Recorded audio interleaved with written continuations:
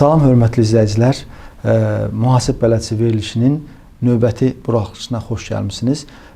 Bugünkü qonağımız Elşən Rəhimovdur və çox dəyərli bir qonağımız var. Həmçinin mövzumuz da çox maraqlı bir mövzunun müzakirəsinə bura toplaşmışıq. Belə ki, bugünkü müzakirə mövzumuz mühasibatlıq kursları arasında sağlam rəqabət necə olmalıdır? Əvvəla mən bir qısa veriliş izləyicilərimizə bir məlumat deyim ki, dəyərli izləyicilər, Elşən müəllim bildiyiniz kimi mühasibatlıq sahəsində kurslarda öndə gedən şəxslərdəndir və qeyd edim ki, hələ 2000-ci illərdə biz bu sahəyə gəldiyimiz zaman və bizim üçün örnək olan talisman bir yoldaşlardan olub və demək olar ki, Azərbaycanda mühasibat uçotunun beynəlxalq standartlarının buraya gəlməsi və millətimizin bununla tanış olmasının ilk vasitəsilərindən biri olub. Ona görə mən sizlərin qarşısında Elşən müəllimə dərin təşəkkürümü bildirirəm. Həmişə də özünə demişəm ki, mənim ilk bu sahədə olan müəllimlərimdən biri də Elşən müəllim olmuşdu və buna görə özünə ayrıca təşəkkür edirəm və bugün çox maraqlı bir mövzunun müzakirəsinə yığışmışıq ki, bugün bildiyiniz kimi Azərbaycanda 40-dan çox mühasibat kursları var və bu kurslar arasında bir rəqabət formalaşır və demək olar ki, Elşən müəllim elə bir vəziyyətə gəlib çıxıb ki, demək hardasa Türkiyənin təxminən belə deyək də 80-ci illərini yaşayırıq və beynəlxalq standartlara keçiddən sonra PMS sertifikasiyası tətbiq olunmağa başladı və ondan sonra bu bazara həqiqətən də belə çox yüksək səviyyəli bir rəqabət artdı və PMS-i bitirən yoldaşlar özləri kurs keçməyə başladılar və şirkətlərin sayının artması gündən-günə bu sahəyə marağı artırdı. Və ona görə məncə çox maraqlı bir mövzudur. Bunu bir müzakirə etsə yaxşı olar ki, həm bu kursları da bunu dinləyənlər, kurs rəhbərləri ki, yəni buradan hansı məsələlər ortaya çıxacaq. Amma ilk öncə mən bir sizin özünüz haqqında sual vermək istərdim Elşən müəllim. Siz necə oldu belə deyək də bu sahəyə gəldiniz? Mənim üçün çox maraqlıdır. Yəni bildiyim qədər siz Misirdə oxumusunuz və ümumiyyətlə bu mühasibatlıq sahəsinə gəlməyinizin bir qısa bir tarixçəsini danışsanız çox sevinərdik. Əvvəla təşəkkür eləmək istəyirəm Radin müəllim. Dəvət etdiyinizə görə mənim üçün çox xoşdur, məmnunam burada olmaqdan və belə isti bir münasibət, gözəl bir ortam, gözəl bir studiyaya dəvət eləmisiniz. Allah xeyirli, bərəkətli eləsin işlərinizi və lütf etdiniz, yəni mənim haqqımda bu qədər yəni dəyərli fikirlər söylədiniz. Mən də eynisini deyə bilərəm ki, sizin haqqınızda məlumatı mən birinci növbədə elə YouTube kanalınızdan görmüşəm və sizin video dərslərinizə baxanda vali olmuşdum ki, nə gözəl belə bir müəllim var ki, dərslərini başlayanda Bismillah ilə başlayır, dərsləri çox gözəl, həvəslə izah eləyir və yəni mən o zamanlar 2000-ci illərin siz qeyd etdiyiniz kimi əvvəllərində dərslərə başlayanda YouTube-da hər hansı bir video çəkiliş planım yox idi və mənim ilk video dərslərim 2014-cü ildən etibarən başladı çıxmağa. Düz deyirsiniz ki, Azərbaycanda ilk ACCA kvalifikasiyasını tədris edən, o vəsaitləri Azərbaycan ilə tərcümə eləyən, ümumiyyətlə beynəlxalq maliyyə hesabatı standartlarının ilk Azərbaycanda qanuni əsaslarla tərcümə proseslərində iştirak eləmişəm, Maliyyə Nazirliyində çalışmışam 2006-2008-ci illərdə. Yəni o dönəmlərdə bu mövzular təzə-təzə başlayırdı inkişaf eləməyə və demək olar Azərbaycanda bu sahəni tədris edən müəssisələr yox idi. Ümumiyyətlə təhsil yəni ocaqlarının sayı indiki qədər geniş yayılmamışdı. Düz vurğuladınız ki, mən bakalavr təhsilimi Misirdə tamamlamışam. Misir Ərəb Respublikasında Qahirə Universitetində təhsil almışam və ixtisasca mühasibəm. Fakültəm kommersiya fakültəsi adlanırdı. Təhsil tam ingiliscə idi və biz o zaman mühasibatlığı keçəndə beynəlxalq standartlar hələ belə o qədər də tanınmırdı. Baxmayaraq ki, artıq tarixçəsi var idi, amma dünya miqyasında o qədər də hələ vüsət almamışdı və bizim tədris metodikası daha çox Amerika standartlarına, o dediyimiz Generally Accepted Accounting Principles, yəni ümumi qəbul olmuş mühasibat prinsiplərinə əsaslanırdı. Və mən o zaman bu bilikləri əldə eləyəndə düşünürdüm ki, mən Azərbaycana mütləq qaydanda bu biliklərlə paylaşmalıyam da, bu bilikləri yaymalıyam. Amma necə eləyəcəyimi bilmirdim açığı. Çünki düşünürdüm ki, xüsusi bir hansısa elm deyək ki, formalaşıb məndə, bilik formalaşıb və bu təhsili mən ingiliscə almışdım, amma bunu necə Azərbaycanda yaya biləcəyimi hələ ağlıma gətirə bilmirdim. 90-cı illər idi mən Misirdə təhsil aldığım dönəmlərdə ilk yəni Azərbaycan müstəqilliyini əldə etdikdə ilk Azərbaycanda xaricdə təhsil alan tələbələrdən idik.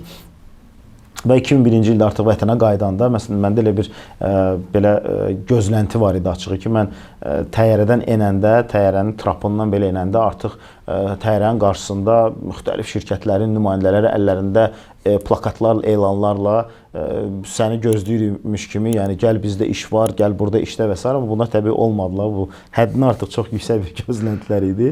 Və mən 2001-ci ildə 3 ay ərzində, yay müddəti ərzində bakalavr təhsilini bitirəndən sonra Azərbaycanda işsiz qaldım. Yəni düşünürdüm ki, mən gələn kimi işlə təmin oluna biləcəm. Amma çox böyük bir xəyal qırıqlığına uğradım.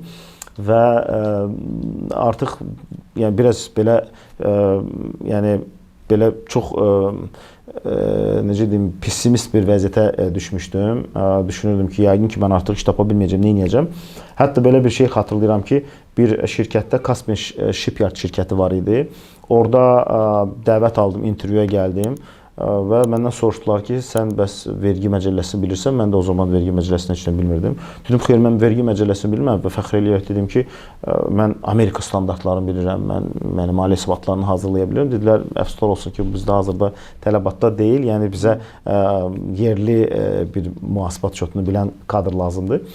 Dedim, gördüm ki, artıq yəni bu intervyuda mən uduruş pozisiyasında deyiləm. İntervyudan yəqin ki, kəsiləcəm. Dedim, mən pulsuz işləməyə hazıram. Yəni mənə maaş verməyin, mən gəlim sizdə burada işləyim. Mən yetər ki, siz işə qəbul eləyəsiniz, mən bir təcrübə əldə eləyim, o dediklərinizi də öyrənəcəm. Əfsuslar olsun ki, yəni orada da bir xəyal qırıqlığına uğradım. Dedilər, bizə hazır, yəni bir kadr lazımdır. Yəni lap belə məyus oldum. Bilmədim nə edeyim. Bir CV-mi ora-bura çox yerə paylamışdım. Günlərin bir günü Ernst & Young şirkətindən, bu böyük dörtlüyə aid olan şirkətlərdən birindən zəng gəldi. O vaxtda bilirsiniz, yəni telefonlar, mobil telefonlar hələ təzə çıxırdı. Bir Nokia telefonu vardı, çox böyük bir telefon idi və bütün günü baxırdım telefona ki, görəsən kimsə zəng eləyəcək, yoxsa eləməyəcək.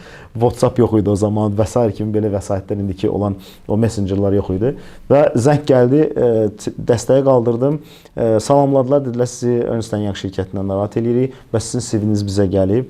Bir həyəcan keçirdim, bir belə həqiqətən daxili sevinç keçirdim ki, bu saat bunlar mənə deyəcəklər ki, dur gəl səni işə götürürük. Dedilər, bəs sizə sadəcə məlumat vermək istədik ki, sizin CV-niz bizdədir və biz onu fayla daxil etmişik, amma hazırda vakant yerimiz yoxdur. Yəni vakant yer olan kimi sizinlə əlaqə saxlayacağıq. Bir daha, yəni bir belə xəyal qırıqlığına uğradım və tam belə məyus vəziyyətdə bilmirdim ki, bunun axırı nə olacaq. Artıq yay bitməyə doğru gəlirdi, artıq sentyabr yaxınlaşırdı və bir ortaq tanışımız mənə söylədi ki, bəs bir yerdə tərcüməçi axtarırlar. Amma mövzu iqtisadiyyat, maliyyə, mühasibatlıq sahəsinə aiddir.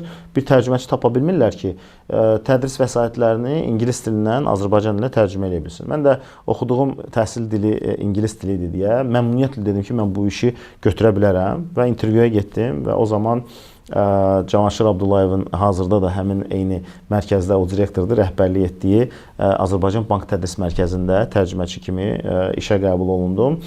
Və mənim artıq belə təhsil sektoru ilə, özəl deyək ki, təlim təhsil sektoru ilə ilk təcrübəm, tanışlığım oradan başladı.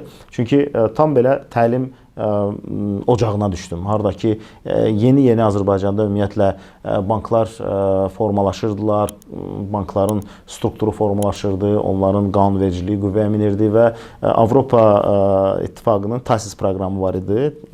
Deməli, bu Technical Assistance to CA Countries belə gedirdi. Yəni, MDB ölkələrinə texniki dəstək layihəsi idi. Yəni, maliyyələşmə oradan gəlirdi. Və çoxlu sayda xarici, əsasən də Avropa deməli, mütəxəssisləri Azərbaycana gəlirdilər və mən də onlara həm şifahi tərcümə eləməli idim, həm də təlim materiallarını tərcümə eləməli idim. Və beləliklə, layihə orada bitəndən sonra o çox xoşuma gələn bir sahə olduğunu anladım və düşündüm ki, məsələn, həmin çalışdığım müəssisə daha çox bank sektoruna xidmət göstərdi, amma digər sektorlara xidmət göstərən bir təlim mərkəzi o zamanlar yox idi. başqa bir təklif gəldi oradan, elə həmin mərkəzin rəhbərindən ki, düşünürdüm oradan çıxsam nə edəcəm, hara gedəcəm, hansı işlə məşğul olacağam. Təbii beynimdə çoxlu fikirlər var idi.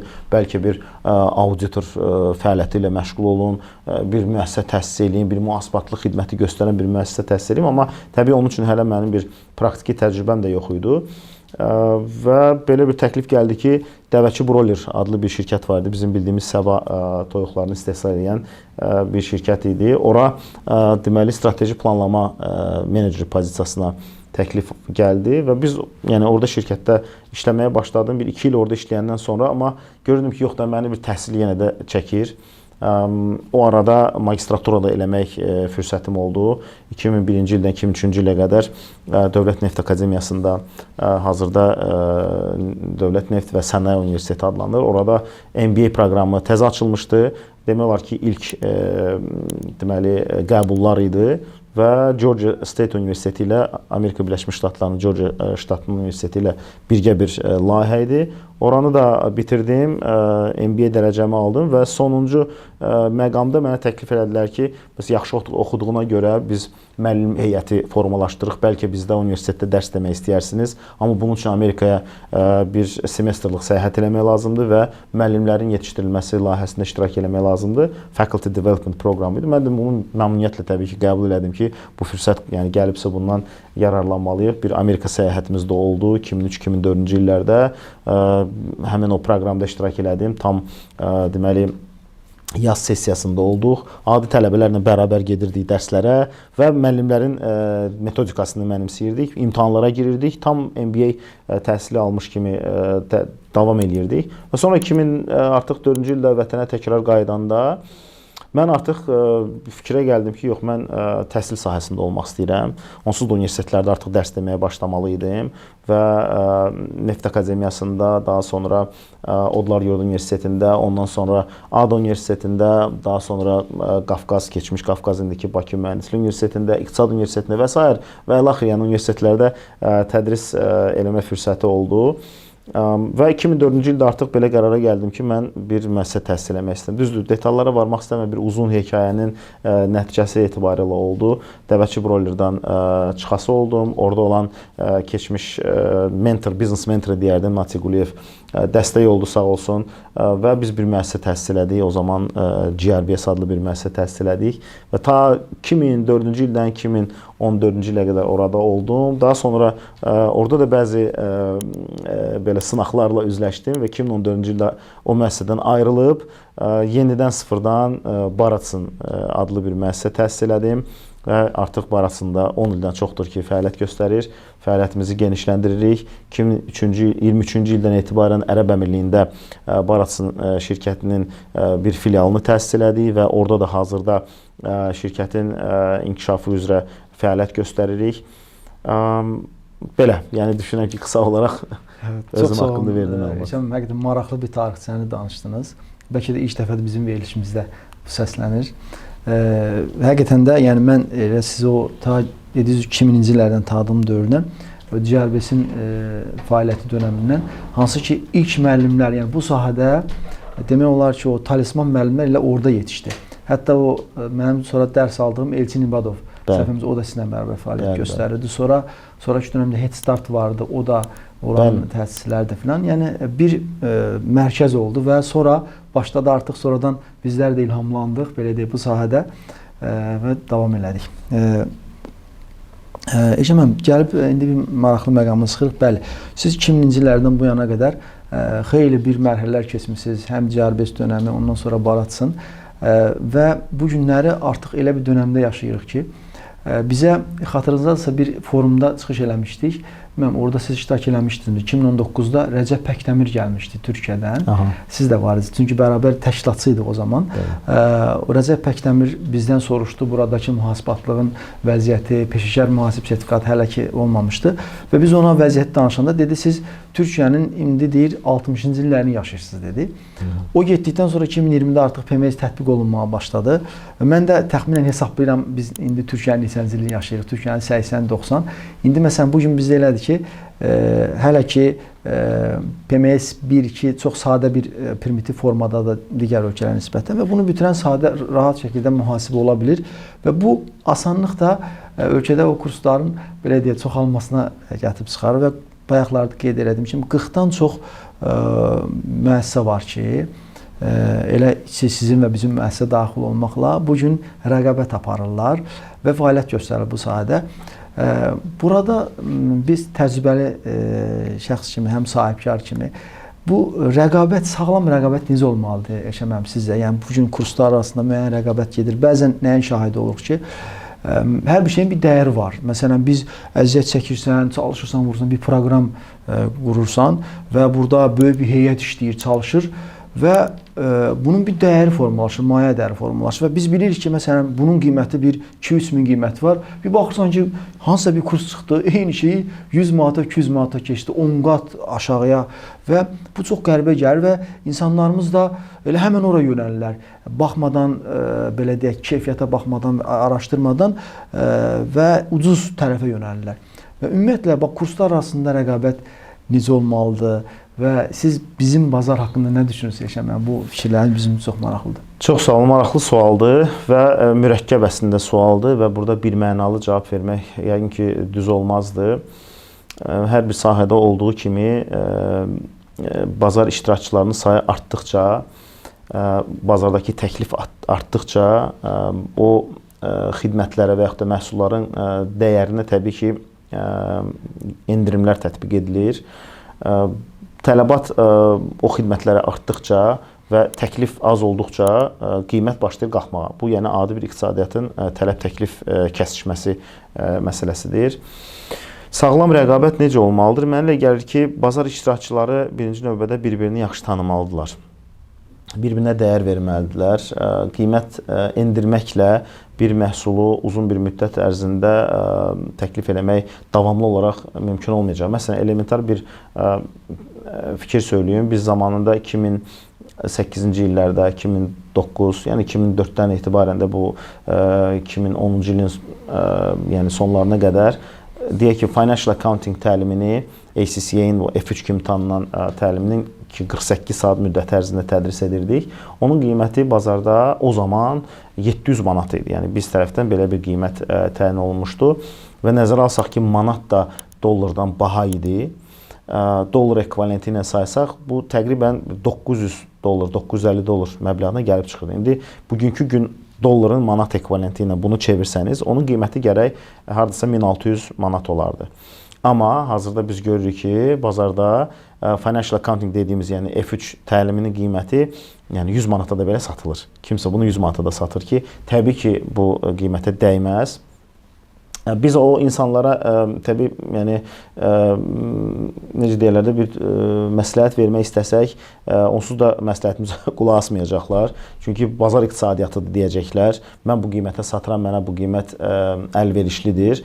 Amma düşünürəm ki, uzun müddətli perspektivdə o təhsil yəni təklif edən, xidmət təklif edən bəlkə fərdi müəllimlər və yaxud da mərkəzlər düşünmürəm ki, uzun müddət ayaqda qala bilsinlər. Çünki biznesin böyüməsi məsələsinə gələndə orada xərclər başlayacaq artmağa, tələbə kütləsi başlayacaq böyüməyə və əraziyə, əgər fiziki dərslərin tədrisindən söhbət gedirsə, yəni sinif daxili tədrisindən söhbət gedirsə, bu icarə xərcləri başlayacaq artmağa və o məbləğlərlə ümumiyyətlə biznesdə qalmaq mümkünsüz olacaq. Düzdür, deyə bilərsiniz ki, onlayn tədris var, bu xərcləri minimallaşdırma olar. Bəli, elədir. Bizim müşahidəmizə görə sadəcə hələ də Azərbaycanda bu onlayn təhsilə müqayisə eləsək, ənənəvi təhsil və onlayn təhsil, yəni ənənəvi təhsilə daha çox üstünlük verilir. Düşünürəm, bilirsiniz, rəqabət qaçılmaz bir məsələdir. Deyilənə görə rəqabət keyfiyyətin artırmasına gətirib çıxartmalıdır.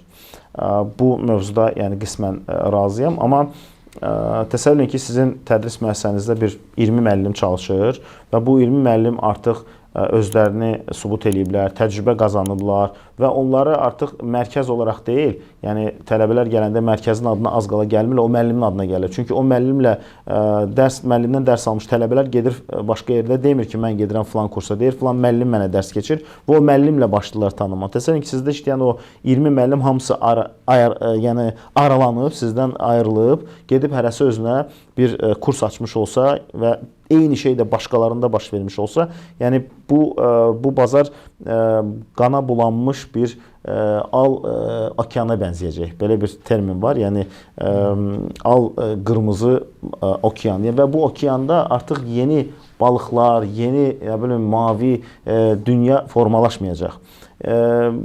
Mavi okean axtarmaq məcburiyyətində qalacağıq. Yəni biz görürük ki, müəyyən bir kurslar dediyimiz kimi bu ACCA ilə bağlı olan bazarda mənə görə yəni təhsil sektorunda vəziyyət çox acınacaqlıdır. Çünki həddindən artıq çoxlu sayda kurslar və fərdi müəllimlər bunun həm onlayn dərsini keçirlər, bunun həm ənənəvi dərsini keçirlər. Udemy kimi platformada video dərslər yükləyib çox ucuz qiymətə bunu satırlar. Demirəm ki, yəni bu pisdir, xeyr. Amma təbii o sahəyə artıq böyük oyunçuların marağı başlayır azalmağa. Çünki iqtisadi nöqteyi nəzərdən biz düzdür, bir tərəfdən bir mənəvi işlə məşğuluq, bir xeyir bir işlə məşğuluq. Çünki insanlara təhsil veririk, bilik paylaşırıq. Amma nəzərə alsaq ki, sonuçta biz bir iqtisadi subyektik. Yəni biz heç bir yerdən maliyyələşmirik. Yəni hansısa bir donor, sponsor və s. subsidiyamız yoxdur. Bizim yəni mövcudluğumuz yalnız bizim gəlirlərimizlə bağlıdır. Odur ki, hardasa biz görəndə ki, biz artıq hansısa bir sahədə illərlə ola bilər ki, bu sahədə biz lider pozisiyasındaydıq, amma daha ucuz eyni şeyi təklif edən digər rəqiblər bazarda artıq belə deyək də o okeanı artıq bulandırıblar deyə mavi okeanı al-qırmızı bir okeana çeviriblər. Yəni təbii ki, biz orada müəyyən bir dərəcədə geri çəkilmə pozisiyasında olmalıyıq və yeni okeanlar axtarmalıyıq. Yəni yeni fürsətlər axtarmalıyıq. Düşünürəm ki, bilirsiniz, hamıda yəqin ki, belə bir şeylər var. Mən təzə başlayanda bu sahədə məşğul olmağa biz nə elədik? Biz müəllimləri başladıq reklam eləməyə və bir neçə müəllim var idi. Bildirdilər ki, niyə bunu eləyirsən də?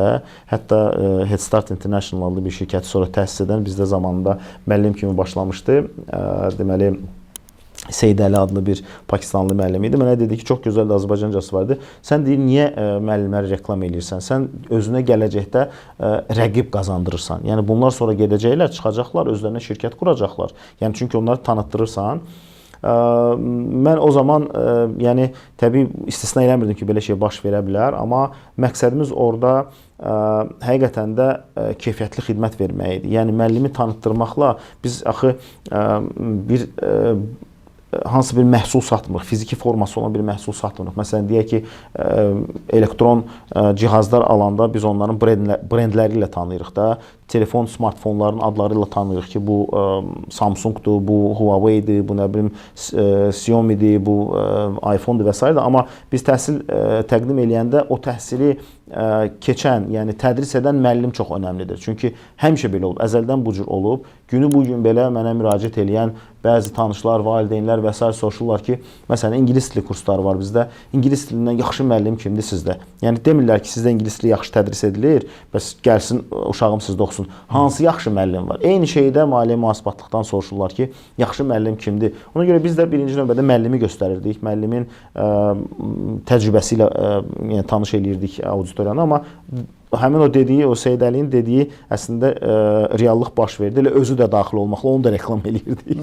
O da ayrıldı, o da getdi özünə şirkət qurdu və beləliklə bu qiymətlər başladı çox kəskin sürətdə aşağı düşməyə.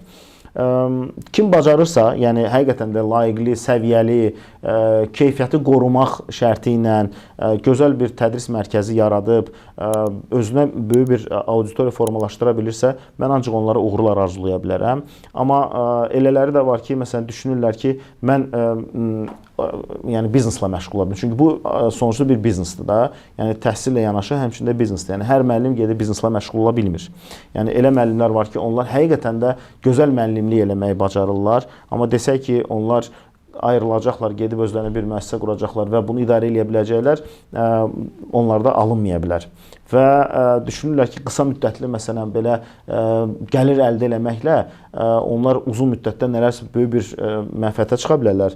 Düşünürəm ki, deyil. Bax, o müəllimlərə olan tövsiyəm budur ki, əksinə onlar həmin mərkəzlərlə uzun müddətli strateji bir partnyorluq qurmalıdırlar. Yəni qüvvələrini birləşdirməlidirlər. Orada olan yəni dəyərlərə, necə deyərlər, dəyər qatmalıdırlar. Çünki partnyorluq rəqabətlə baxsaq, məsələn, böyük, hətta Yapon şirkətlərinə bu yaxınlarda qarşıma çıxmışdı. Nissandır, Honda'dır, bir də Mitsubishi'dir. Bunlar artıq Çin avtomobil industriyasına rəqabətdə tab gətirə bilmədiklərinə görə artıq birləşmək qərarını alıblar. Və rəsmi açıqlamaları da bunların olub ki, biz birləşərək, yəni Yapon brendləri olaraq birləşərək Çin avtomobil yəni industriyasındakı olan yeni və dayanmadan, durmadan yeni adlar ortaya çıxır. Özünüz müşahidə edə bilirsiniz ki, onlar birləşirlər belə. Odur ki, burada da, bu təhsil sektorunda da müəllimlər çalışdıqları mərkəzlərdə öz pozisiyalarını möhkəmləndirməlidirlər. Çünki qısa müddətli düşünə bilərlər ki, mən nələrisə eləyə bilərəm, amma çıxıb eləyə bilmirlər, sonra özlərinə ziyan vurmuş olurlar. Odur ki, bu bir peşədir. Bu müəllimlik peşəsi çox müqəddəs deyilən bir peşədir.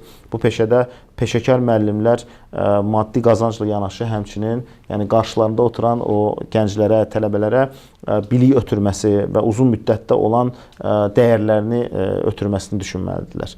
Yəni bu qədər. Başlamam, elə bil ki, siz mənim ürəyimə gələn sualların hamısını bir-bir sanki elə bil ki, bu sualları mən verəcəymiş kimi, yəni siz bunları cavablandırdınız. Elə nöqtələrə toxundunuz ki, həqiqətən də eyni məsələləri bizlər də yaşamışıq. Məsələn, indi siz artıq sahibkarlıq fəaliyyətini daha da genişləndirmişsiniz. Artıq yalnız kurs deyil, digər fəaliyyətlə məşğul olmusunuz. Açıq deyim, məsələn, sizin o müəllimlik fəaliyyətində müəyyən müddət ayrılmanız mənə belə çox ağır gəlmişdi. Yəni hətta deyirəm, Elşən müəllim görsəm deyərəm, Elşən müəllim, sən kimi bu cür master klass bir müəllim niyə ayrılırsınız da? Çünki millətimizin həqiqətən də buna çox ehtiyacı var. İndi özünüz məni tanıdığınız kimi bilirsiniz ki, yəni bu o daxil müəllimlik bir eşq işidir də. Yəni daxildən bir şey gəlir, bunu paylaşmaq, bunu bölüşmək, bu bizdən asılı olan bir şey deyil. Və mənim bir dostlarımdan biri var, Sami müəllim. O da uzun müddət təlimlə məşğul oldu. Sonra konsaltinqə keçdi və baxdı ki, müqayisədə konsaltinq gəliri daha belə deyək ki, stabildir və s. və dedi ki, yox, bu ağır bir işdir, müəllimliyin çətinliyindən qasıb getdi və hərdən bir onun başına bəzi işlər gələndə deyirəm ki, müəllim, bəlkə qaydasan gerisən, axı millətin sənə ehtiyacı var, onun zəkatını vermək lazımdır o paylaşmağın. Və indi gəlib o nöqtəyə toxundunuz ki, həqiqətən də bu kurslarda biz də eyni şəkildə müəllimlərimizi paylaşırıq. Bu zərurətdir. Və müştəri istəyir ki, müəllimi görsün, bunu reklamlayırıq və s. Amma bu da qaçılmazdır ki, o müəllimin beyninə o fikir gəlir. Gəlir müəyyən müddətdə bir balaca özünü artıq tutduqda, görəndə ki, tələbələr bunu tərifləyirlər və görəndə ki, artıq müəyyən bir məqama çatıb özünü hazır hiss edir. Amma sahibkarlıqda, biznesdə olan o problemləri görmədən bir neçə nəfərin qazına gələrək və sən də artıq özün şirkət qura bilərsən və s. buna gedirlər və biz bunun illərdir şahidi olmuşuq və açıq deyim, bunu mən elə siz deyən kimi, bu istisna olmayan bir şeydir. Bunu görərək bugün də mən öz müəllimlərimizlə danışanda deyirəm ki, yoldaşlar, bax biz sizə əgər sabah irəlidə ayrılmaq istəsəniz, xoş şəkildə ayrılaq. Biz sizə franchising təklif edirik. Və gedin bizim siz demiş, məsələn, mərkəzə bağlı olmaqla bərabər fəaliyyət göstərsə, daha güclü olaraq, daha yaxşı olar. Əgər sən öz ayağında durmaq istəyirsənsə, bunu birgə elə bilərik. Yəni, bu, biz belə deyək ki, bu ömürlük bərabərlik deyil ki, sən öz biznesini qurmaq istəsən, bu ola bilər. Amma bax, sizin o dediyiniz məsələdə siz də artıq başqa bizneslər qurmuş şəxs kimi əslində bir neçə nöqtəyə toxundunuz. Yəni, mühasibat sahəsində, yəni hər şəxs, yəni bu müəllimlər doğrudan da bununla doğru mu edir? Yəni, belə etməklə. Bu, əslində başqa bir sahələrdə də var. Abituriyent kurslarında da mən əksər kurs rəhbərlərində bunu görmüşəm və bugün tamamilə başqa sahələrə keçiblər. Dolayısıyla burada bir, yəni nəticə etibarilə sizi kimi şəxsin başqa sahəyə keçməyinə gətirir. Hətta bizə də fikirlər gəlir ki, Radim müəllim, bu sahədə artıq belə deyək ki, çox da gəlir yoxdur, artıq bu sahəni iyrənc vəziyyətə salıblar. Bəlkə sən də ticarətə keçirsən, bəlkə də inanırsınız, həftədə bir dəfə dost tanışdan təklif gəlir ki, bəs ticarətdə daha yaxşı mənfəət var, bəlkə keçək o tərəfə. Yəni bu belə vəziyyət yaranır və qıraqdan baxan da elə görsənir ki, belə deyək ki, bəlkə biraz vergi də elə görür ki, burada qaz vurub qazan doldururlar, amma rəqabət o hala gəlib çıxıb ki, hardasa həqiqətən də görürsən ki, başa-baş gəlirsən. Bilirsiniz, müəllimlər yenə də qeyd eləmək istəyirəm düzgün anlaşılsın dediyim, biraz geniş düşünməyi bacarmalıdırlar, biraz uzun müddətli düşünməyi bacarmalıdırlar, qısa müddətli qazanc əldə etmə fikri ilə yola çıxmamalıdırlar. Çünki gördüyüm, müşahidə etdiyim odur ki, məsələn, hansısa bir müəllim olur, yaxınlaşır, deyir ki, mən sizinlə əməkdaşlıq eləmək istəyirəm və biz çox hallarda bu əməkdaşlığı hüquqi cəhətdən əfsuslar olsun ki, bərkitmirik.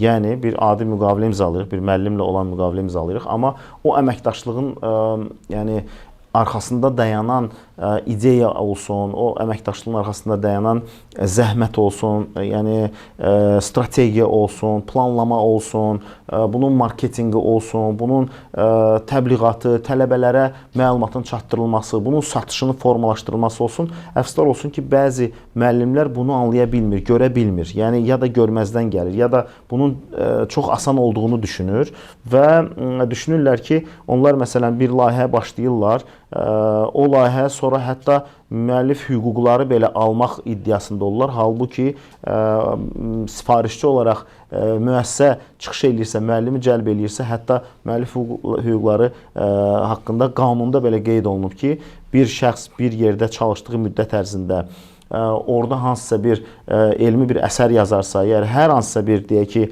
əqli bir məhsul ortaya çıxardarsa, onun müəllifi olmaq şərti ilə həmin o məhsulun istifadə hüququ, müstəsna öz istifadə hüququ işlədiyi, çalışdığı yerə məxsusdur. Çünki o iş zamanı, o tədris prosesi zamanı onları ərsəyə gətirir və onu ərsəyə gətirməyinə görə saat hesabı, məsələn, tədris vaxtına görə məvacib alıb və o tədris etdiyi proqrama uyğun olaraq proqram tərtib eləyib. Yəni, budur ki, bəzi müəllimlər düşünürlər ki, bunu eləyiblərsə onların mənəvi olaraq nəyəsə haqqı çatır və mənimsəməyə nəyəsə meyillidirlər. Geçsinlər, tez bunu öz adına qeydiyyatdan keçirsinlər, sonra o mənə məxsusdur desinlər və ayrılmağa meyilli olsunlar. Sonra qalırlar ortada, heç nə eləyə bilmirlər. Bir müəssisədən çıxırlar, gedirlər başqa müəssisəyə müraciət edirlər ki, bəs mənim əlimdə belə bir sənəd var, mən filan proqramın müəllifiyəm.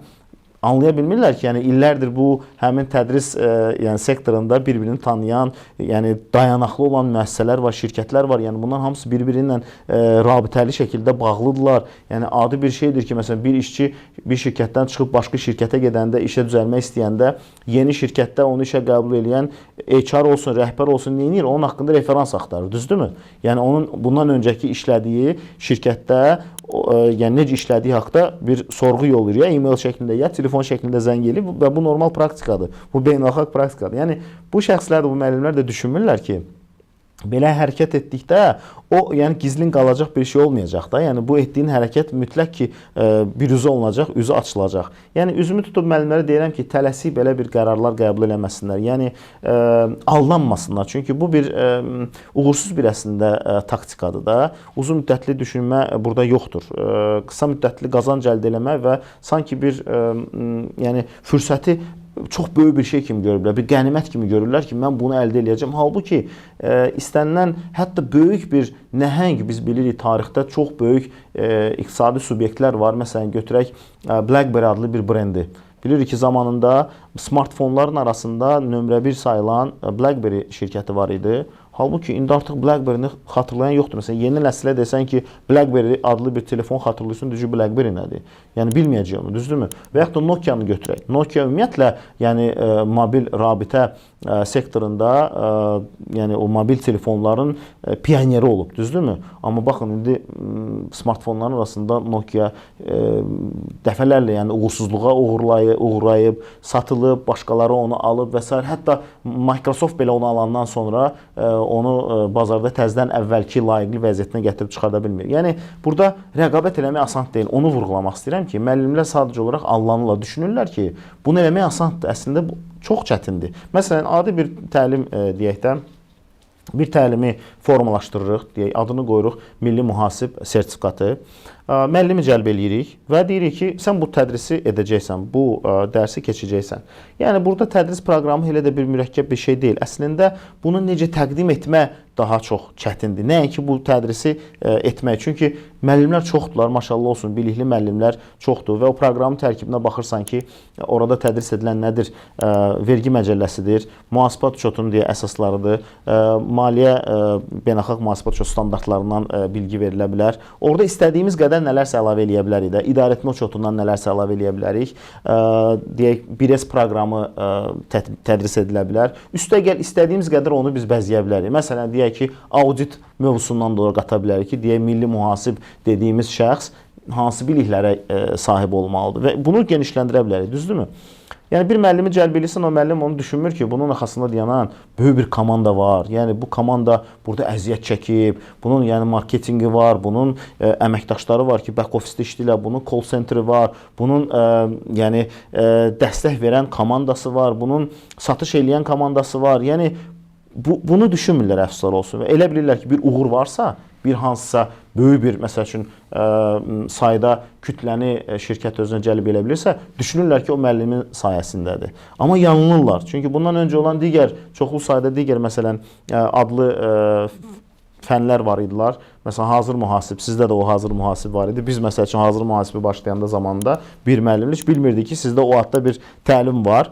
Amma məsələn, müəllimlə bir müddət işləyəndən sonra müəllim heç təsəvvür eləməzdi ki, məsələn, bizim bu marketinq fəaliyyətimizin nəticəsində sinifə biz yəni 30, 40, 50-yə yaxın adam yığa bilərik.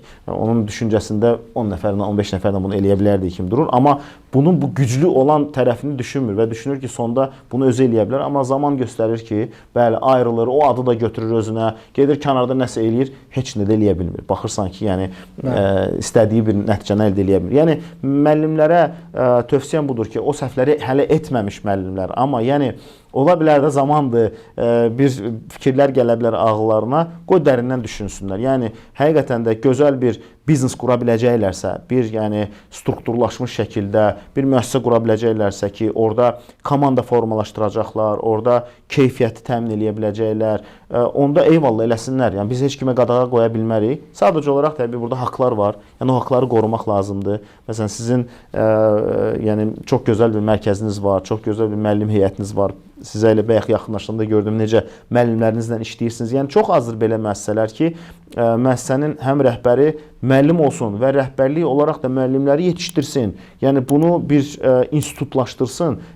Asan deyil bunu eləmək. Baxsaq, adlarını çəksək çox deyirsiniz, 40, bəlkə daha çoxdur. Bəlkə 100 belə bir müəssisə var da, bilmədiyimiz, xəbərimiz olmayan.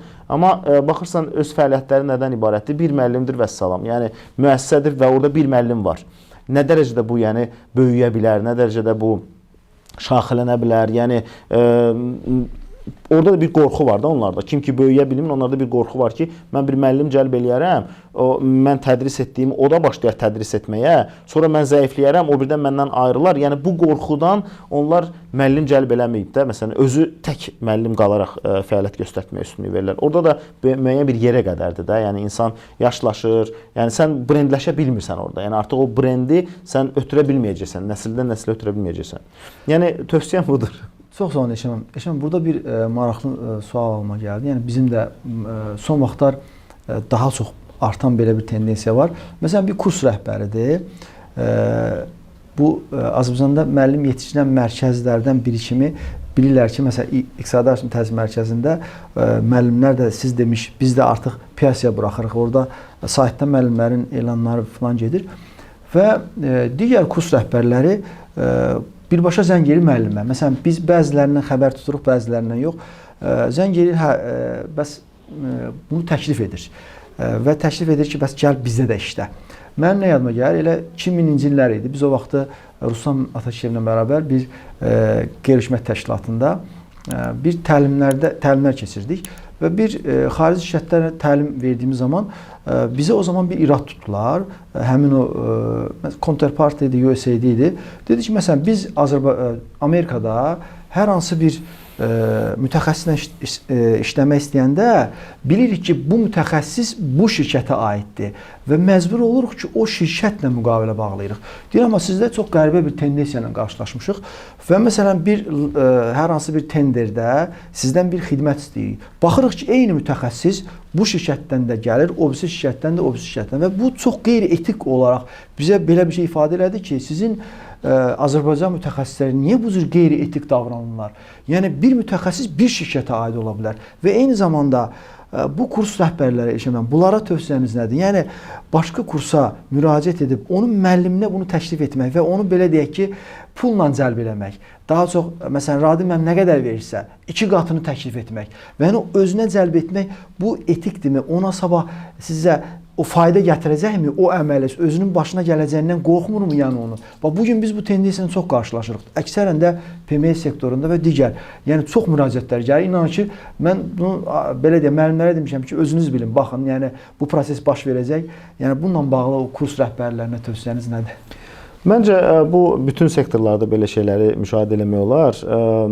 Heç kimin təbii xətrinə dəymək istəmirəm, amma burada bir hərislik var da. Yəni bu hərislikdən irəli gəlir və qısa zamanda böyük bir nailiyyət əldə edib, böyük bir maddi qazanc əldə etmək məqsədi var. Yəni baxsaq məsələn ali bir məqsədlər var ki, mən bir xeyir verim cəmiyyətə, mən biliyimi paylaşım, mən yəni özümdən sonra hansısa bilim ki, bilik saxlamışam, yəni bir təcrübə saxlamışam, bir tarixçə formalaşsın. Yəni bunlar əgər bir ali məqsəd kimi qoyulmasa, yəni dəyər formalaşdırma məqsədi qoyulmasa, orada yalnız pul qazanma məqsədi qoyulsa, o zaman o mənəviyyat artıq keçir arxa plana. Yəni o gözdə olmur.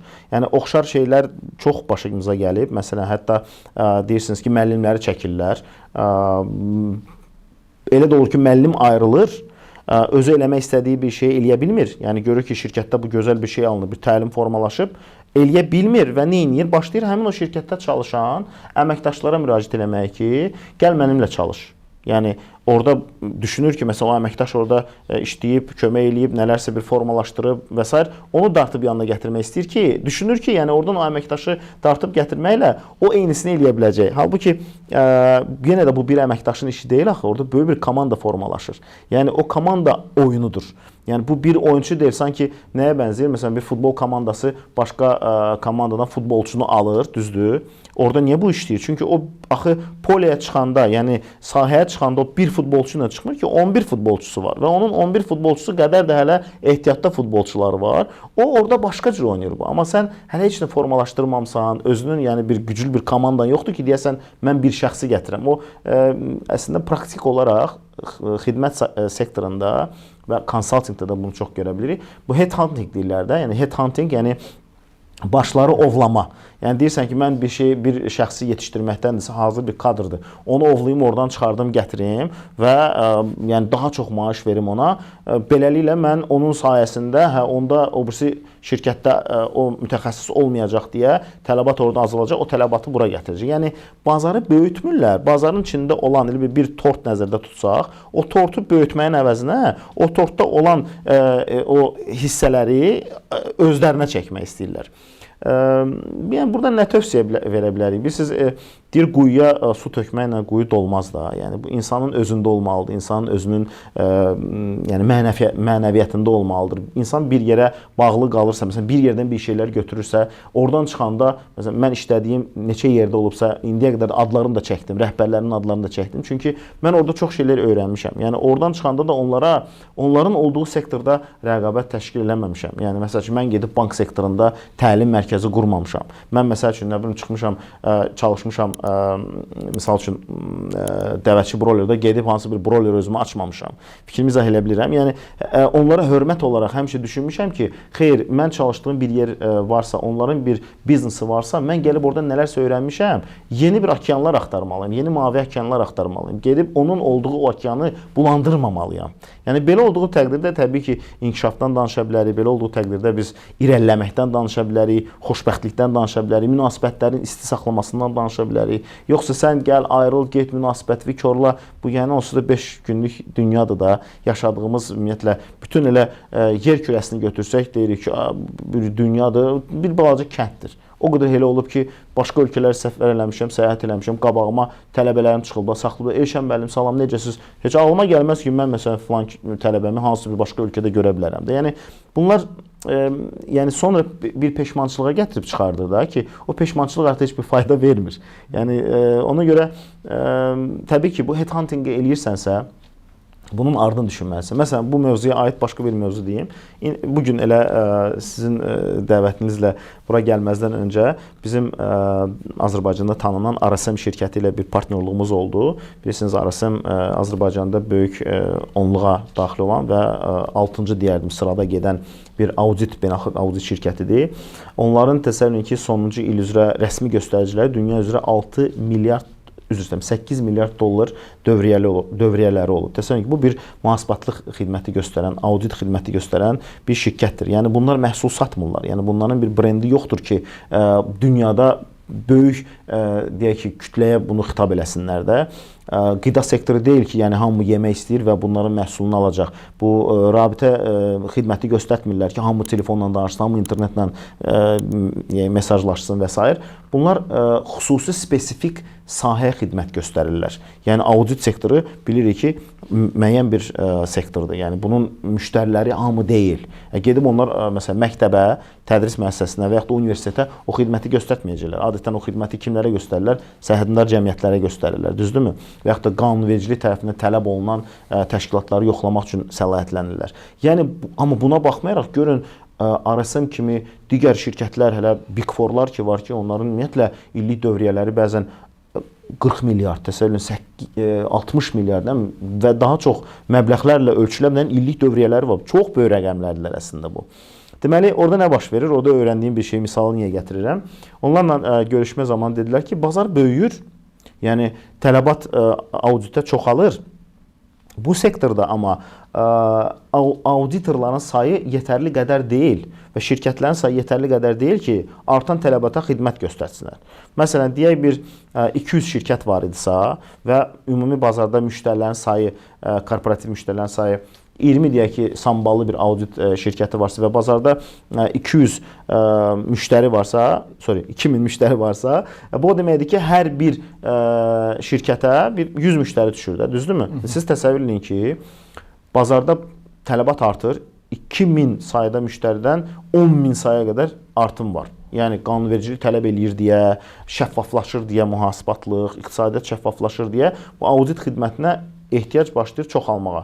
Və nə baş verir? 2000 müştəri sayından 10.000 müştəri sayına qədər tələbat artır. Amma bu audit şirkətlərin sayı qaldığı kimi, orada işləyən, çalışan mühasiblərin sayı qaldığı kimi, deməli bunlar nə edəcəklər öz aralarında? Bunlar nə baş verəcək? O tələbatı təmin eləmək üçün bunlar bir-birindən başlayacaqlar əməkdaşları oğurlamağa, dırnaq arası təbii ki də. Yəni daha çox maaş təklif eləməklə gəl bizdə çalış, gəl bizdə çalış. Nə baş verir əslində? Əslində durduğu yerdə o xidmətin mayə dəyəri başlayır artmağa. Yəni bu şirkətlər qazanmırlar. Qazanan kimdir? Orada olan o mütəxəssislər, yəni maliyyəçilər, auditorlar və s. Ki buradan çıxıram, gedirəm orada mənə daha çox verirlər. Sonra başqası verir. Yəni şirkətlər qazanmırlar. Rəqabət sağlam deyil burada. Nə etmək lazımdır? Yəni burada artıq bizim kimi, sizin kimi müəssisələrin önəmi ortaya çıxmağa başlayır. Yəni həmin şirkətlərin mühasibatlıq xidməti göstərən, audit xidməti göstərən şirkətlərin keyfiyyətli tədris verən təlim mərkəzlərinə ehtiyacları formalaşır və onların ehtiyacı yaranır ki, bizim kimi müəssisələrdə tədris alan tələbələr sonra onlara yönləndirilsin və bütün bu intervyu proseslərini atlayaraq keçsinlər son prosesə, deyək ki, partnyorla intervyuya gəlsinlər və iş fürsətini qazanmış olsunlar və yaxud da ən azından staj keçmiş olsunlar. İşəm mənim çox maraqlı bir yerə toxundunuz. Mən də o headhunting məsələsini dediniz və bugünkü vəziyyəti belə deyək, təsvir elədiniz. Mən demək 2011-ci illərdə bizim o dediyiniz o müəllim hazırlama prosesinə o dövrlərdən başlamışıq. O dövrdə bir neçə layihədə iştirak elədik. O layihələrdə deməli layihənin təsəvvür edin ki, bir 90%-ni icra eləmişik və bizim mütəxəssislərimiz orada iş görürlər və bir baxırıq ki, eynən həmin məsələ ilə ki, o mütəxəssislər uğurlandı və bizim xəbərimiz olmadan artıq başqa yerlərdə məşğuldurlar. Və həmin momentdə mənə bir neçə mütəxəssis, belə tanıdığım dostlarım dedilər ki, Ladim müəllim, siz elə-belə hazırlayırsınız, meyvələrini başqaları yeyirlər də. Ən yaxşısı bu işdən vaz keçin. Və oturub bunun haqqında bir təfəkkür elədim. Dedim ki, yəni tutam ki, mən də məşğul olmasam, yəni yeni mütəxəssis tamam da deməli ağacda 10 meyvə var, onun ikisi getdisə, bəs 8-i necə olacaq? Yəni bu qəlbimə bu gəldi ki, yox, mən bu yola davam etməliyəm. Yəni əgər yenə də getsələr belə, İnşallah ki, vicdan sahibləri, o mənəviyyat sahibləri yenə də o siz dediniz, o hərisliyi, o satılmayacaqlar, yenə qalacaqlar və bu günə qədər davam elədik. Allaha hamd olsun, həqiqətən də bu gün onun biz meyvəsini görürük, yetişən mütəxəssisləri və demirik ki, yalnız bizdə işləyin və onlara yönlü, hətta istiqamət veririk. Və siz də həqiqətən də, bax bu elə nöqtəyə çatdınız ki, bu audit bazarındakı vəziyyət. İnanın ki, illərdir mən bu məsələni görürdüm ki, bu irəlidə auditorlara ehtiyac artacaq. Mühasiblərin bəlli bir kəsim burada müəyyən bir ehtiyac ödənsə də, amma maliyyəçi və auditorlara çox güclü ehtiyac var. İnanırsınız, Elşən müəllim, ondan ötürü rəhmyanə deyirəm ki, sizi kimi şəxs bu günləri mütəxəssis yetişdirməlidir. Yəni həqiqətən də siz bir tərəfdən, biz bir tərəfdən bu gün Azərbaycanda daha yaxşı mütəxəssislərin, auditorların və maliyyəçilərin yetişməyinə vəsilə ola bilərik. Amma bu gün rəqabət bizi o vəziyyətə gətirib çıxarır ki, biz başqa sahəyə gedirik. Burada mən üzümü tuturam həmin o mühasiblərə, o belə deyək, o biznesmenlərə ki, əgər ölkəni həqiqətən müəyyən qədər sevirsinizsə, millətimizi sevirsinizsə, siz bu məsələlərə yol verməməlisiniz ki, yəni bizi kimi mütəxəssislər də müəllim hazırlamaq, gələcəyin belə deyək, fundamentini qoymaq əvəzinə biz pul qazanmağı fikirləşirik və başqa sahələr axtarırıq. Yəni bu sahədə mən belə arzu edərdim ki, siz təzədən o hazırlamaq, audit hazırlamaq üçün yenidən qaydası yaşamaq. Həqiqətən də yəni siz maşallah master class müəllimsiniz. Yəni bu sizin içinizdən gələn bir şeydir. Yəni yetişdirmə işi hər adam bacarmır. Bəli. Yəni bu sanki bir bağbanlıq işidir. O gözəl bir şey də var. Hər kənddə, hər şəhərdə sənin meyvələrin var. Yəni müəllimin işi bunu məsələn Yaponiyada getsəydi bəlkə bizə daha çox dəyər verərdilər orada. Çünki bilirlər ki, strateji bir sahədir və mən sadəcə millətimizə o mühasib bu sahədə kurslara, sahibkarlara baxır, sizlə bərabər müraciət eləmək istəyirəm ki, yəni bəlkə belə deyək, bu sahədə biraz düşünələr, bəlkə biraz vətənimizə belə deyək ki, biraz aşiqliklərini tətbiq edərlər. Bu Elşən son olaraq yəni bu məsələdə bu kurslara və sizin tövsiyəniz, yəni bu belə bir rəqabət vəziyyətində həqiqətən də yəni siz perspektivi görürsünüz, strateji belə deyək düşünürsünüz bu sahədə ki, yəni bizi irəlidə nə gözləyir, hansı sahədə hansı mütəxəssislərə ehtiyac var və bunu daha yaxşı etmək üçün nə etməliyik və o kurslar da bu sağlam rəqabətlə bağlı hansı partnyorluğa getməliyik, aramızda bəlkə bir birlik formalaşmalıdır. Bunun zamanı çatıbdır. Düşünürəm ki, vurğuluyursunuz bu məsələni də. Həmişə yadıma gəlir, biz elə görüşəndə də deyirsiniz, bu çəkilişdə də artıq 2 dəfə vurğuladınız ki, əvvəllər mən tədrisə daha çox fokuslanırdım və uzaqlaşmışam bir müəyyən qədər. Mən düşündüm ki, bilirsiniz, tədris eləyəndə ya keyfiyyətli müəllim olmalısan, yəni müəllimlik eləməlisən, ya sən şirkəti böyüdüb şaxələndirmək istəyirsənsə, biraz daha geniş baxış bucağına malik olmalısan. Yəni o bird view deyirik də, yəni bir quşun hündürdə uçduğu zaman gördüyü ərazi, bir də var ki, yerdə gəzərək sən gördüyün ətraf. Yəni müəllim olanda sən hansısa bir dar sahə üzrə ixtisaslaşırsan. Mən günün bir günü anladım ki, mən maliyyə mühasibatlıq sahəsində çox əminəm özümdən. Yəni kifayət qədər artıq güclü hesab edirdim özümü. Çünki yeni ədəbiyyatlar harda nə çıxırdısa hamısını öyrənirdim, hamısını oxuyurdum. Bu standartlar, yeni standartlar çıxan kimi onları mənimsəyirdim. Çoxlu sayda konferanslarda iştirak eləmişdim. Hətta bu beynəlxalq maliyyə hesabatı standartlarını yazan şəxslərlə gedib şəxsən görüşmüşəm. Onların hər il müxtəlif ölkələrdə deməli konferansları olur və yadıma gəlir, çoxdan düzdür olmuşdu. Bu 2011-ci ildə Çurixdə keçirilən konferansa getmişdim və məni məsələn maraqlandıran standartlarda olan bəzi mövzular var idi ki, mənə görə biraz təzadlıq yaradırdılar, yəni uyğunsuzluq yaradırdılar, yəni müəyyən bir konflikt yaranırdı mövzuların arasında. Şəxsən o mövzulara aid suallar vermək istəyirdim. Amma sonra gördüm ki, mən bir biznes adamı olaraq özümü daha çox biznesmen kimi görmək istirdim. Yəni iş adamı kimi görmək istirdim, nəinki yalnız müəllim kimi. Ona görə düşündüm ki, yavaş-yavaş mən bu həmin öz rolumu devr edəcəm kiməsə başqasına, yəni başqa müəllimlərə. Madəm ki biz müəllim yetişdiririk, yəni gənc bir nəsil gəlməlidir. Çünki biz düzdür, hələ də özümü yəni yaşlı, qoca saymıram, artıq 50-yə yaxın yaşımız var, yaxınlaşırıq artıq. Amma düşünürəm ki, məsələn, mən bir 20-25 il bundan qabaq müəllimliyə başlayanda hansı həvəs, hansı enerji, hansı o deyək ki, ambisiyalar var idisə, indi gənc nəsildə o var. Yəni biz onlara ötürməliyik ki, onlar daha enerjilidirlər, daha bəlkə bu sahəyə yeni bir nəfəs gətirə bilərlər. Amma tam da təbii biz tədrisdən uzaqlaşmamışıq. Məqsədimiz bəli, müəllimlər yetişdirməkdir. Günü bugün o işlə də məşğuluq. Aramızda olan tədris etdiyimiz tələbələrin arasında bizim sıralarımızda çox adlı sanlı, yəni yüksək peşəkarlıq nümayiş etdirən müəllimlərimiz var. Sahədə, sənayedə çalışan artıq mühasibatlıq, vergi, audit sahəsində fəaliyyət göstərən şəxslər var ki, onlar həm müəllimlik fəaliyyəti ilə məşğuldurlar, həm öz peşələrini praktikada tətbiq edirlər. Və düşünürəm ki, mənim artıq rolum, yəni özümdə bu cür görürəm ki, rolum bu sektora daha rəngli bir dəyər qatmaqdır. Məsələn, dediyim kimi, tanınmış dünya markaları olan audit şirkətlərinin Azərbaycanda nümayəndəlikləri var. Onlarla partnyorluq eləməkdir. Onların ehtiyaclarını öyrənib, onların ehtiyaclarına uyğun olaraq yetişdirməkdir. İstər tələbələri, istər mühasibləri, auditorları, müəllimləri və s. Yəni, zaman gələr, təzədən, yenidən müəllimlik eləyərəmmi? Bəli, ara sıra zaten eləyərəm. Məsələn, Ərəb Əmirliyində biz şirkətimiz orada təhsil eləyəndə mən köç etdim ora və orada fəaliyyətlə məşğul oldum. Yəni, hətta günü bugün səhər tezdən mənə zəng gəlmişdi. Kuveytdə olan bir şirkət var idi.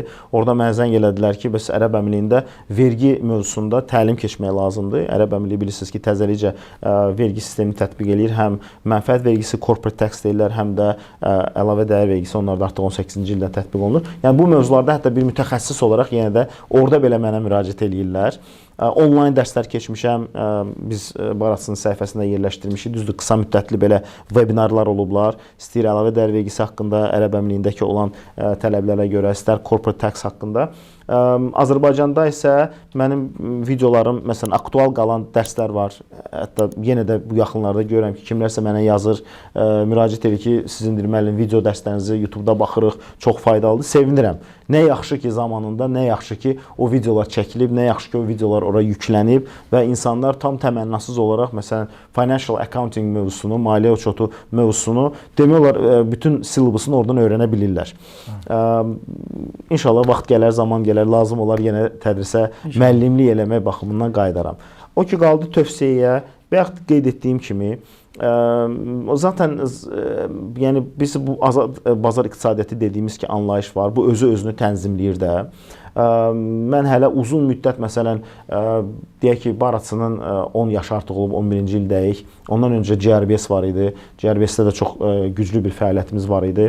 Orada da bir 10 il təcrübə var idi. Yəni, Azərbaycanda deyək ki, 90-cı ildən fəaliyyət göstərən hansı bir tədris müəssisəsi qalıbmı bazarda? Yəni, elə bir ad varmı? Mən tanımıram. Yəni, kimlər ki, bax, bu cür qısa müddətli, yenə də demək istəyirəm, düşünürlərsə, brendləşməni düşünmürlərsə, bir özündən sonra, məsələn, bu yaratdığı müəssisə daha uzun müddət fəaliyyət göstərəcəyini düşünmürlərsə, onlar elə nə zamansa qırılırlar, yəni nə zamansa başqa perspektivlər tapırlar, ayrılırlar və o adlar da yoxa çıxır. Yəni adlarını çəkmək istəmirəm, amma baxsaq məsələn 2000-ci illərin əvvəllərinə, 2010-cu ildən sonra olan etaplarda bəzi şirkətlər var idilər ki, oxşar fəaliyyətlər göstərdilər, artıq onlar bazarda yoxdular. Və son illərə baxsaq bir 4-5 ilin müddətində yaranan şirkətlər var. Onların aqibəti necə olacaq, onu da bilmirik, zaman göstərəcək. Yəni uzun müddətli düşünməyə bacarırlarsa, brendləşməyi bacarırlarsa və strateji partnyorluqlar qurub irəli gedə bilirlərsə, bir community deyək də, bir cəmiyyət formalaşdıra bilirlərsə, yəni bir icma deyək də, bir özlərinin bir icmasını formalaşdıra bilirlərsə, onlar eləsinlər bunu. Yox, eləyə bilməyəcəklərsə zaten yəni qalmayacaqlar. Onlar zaten yəni sönəcəklər. Bir ulduzdur, müəyyən bir zaman parlayır, sonra ulduz başlayır sönməyə.